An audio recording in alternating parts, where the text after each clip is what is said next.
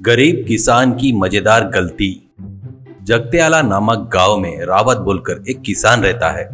उसके दादाओं के जमाने से चलते आ रहा खेत था। उसमें रावत के दादाजी ने बहुत सारे खेत गरीब लोगों को दान में दे दिए। इससे वो लोग ही उसी खेत में काम करते थे।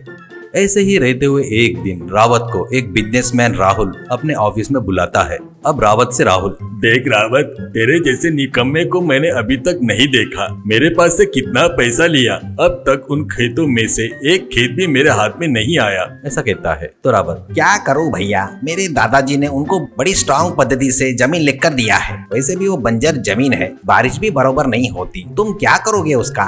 राहुल, देख, मेरे मन में आए वैसा मैं जमीन का कुछ भी करूंगा। तेरे को क्या करना है? तू दिलवाता या नहीं दिलवाता, पहले ये बता। तेरे से होगा या नहीं होगा? रावत, वैसी बात मत करो भैया, नाम के लिए जगह है पर किसी काम की नहीं है। हाथ में पैसा भी नहीं खेल रहा है, मैं पूरा सेट कर दूंगा भैया, जल्दबाजी मत करो। कर चला गया। उसके बाद वो अपने घर जाकर उस गांव में रहने वाले किसानों को अपने घर बुलाता है।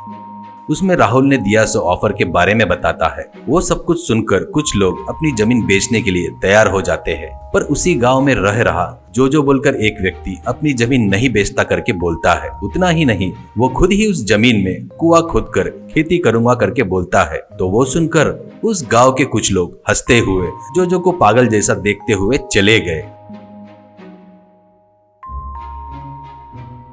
ऐसे ही रहते हुए अगले दिन जो अपने घर वालों को बगैर कुछ बताए अपने खेत में जाकर कुआं खोदना शुरू करता है।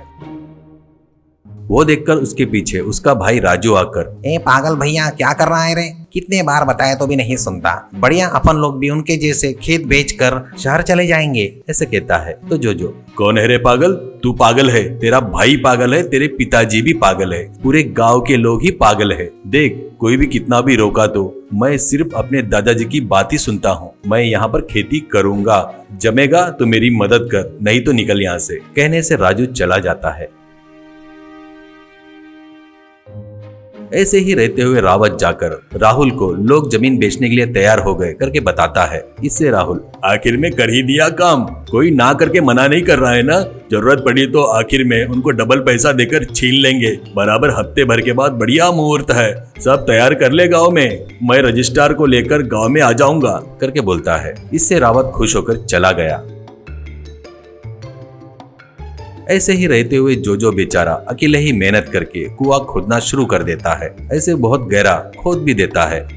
देखते ही देखते हफ्ता गुजर जाता है। राहुल रजिस्ट्रार को लेकर गांव में आता है। एक एक किसान अपने अपने खेत को रजिस्टर करना शुरू कर देते हैं।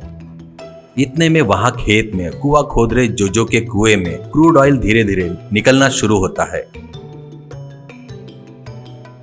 वो देखकर कुएं से बाहर आकर जो पागल के जैसे कूदता है और नाचता है। देखते ही देखते क्रूड ऑयल ऊपर तक आ जाता है।